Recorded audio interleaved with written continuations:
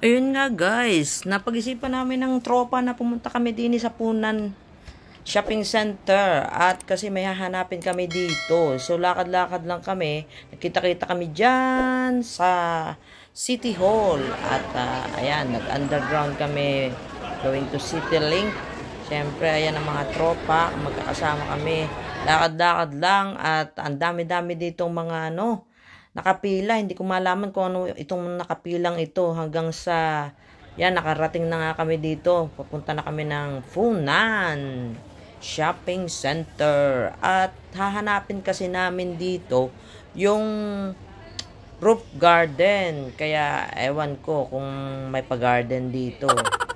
So, syempre, forma-forma muna tayo dyan. Lakad-lakad lang. Thank you naman sa aking camera woman, di ba? And then after that, meron pang makikita ka dyang climbing ano dyan. Oh, yan, oh. Ewan ko ba paano mag-climb dyan. Ang hirap i-climb yan, ah.